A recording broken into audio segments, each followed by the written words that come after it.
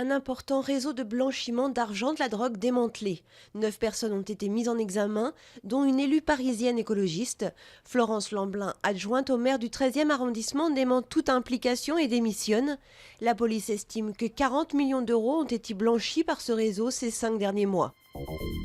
La francophonie réunie à Kinshasa. L'hôte du sommet, le président congolais Joseph Kabila, est vivement critiqué, notamment pour son non-respect des droits de l'homme. François Hollande, qui a d'abord hésité à se rendre en RDC, y a défendu la démocratie, priorité de la francophonie selon lui. La veille en visite à Dakar, il a proclamé la fin de la France-Afrique. Les Européens doivent agir sans délai. À l'issue de la réunion de son comité directeur, le Fonds monétaire international réclame une mise en œuvre de manière effective des armes anti-crise récemment adoptées.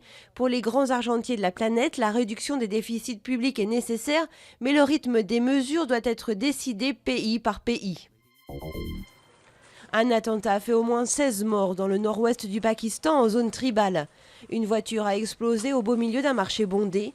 L'attentat, qui n'a pas encore été revendiqué, visait apparemment les bureaux d'une milice d'anciens talibans ralliés au gouvernement pakistanais.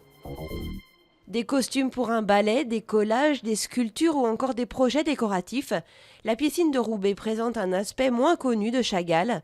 La question du volume est au cœur de l'exposition de plus de 200 pièces, un volume que l'on retrouve également dans ses peintures exposées.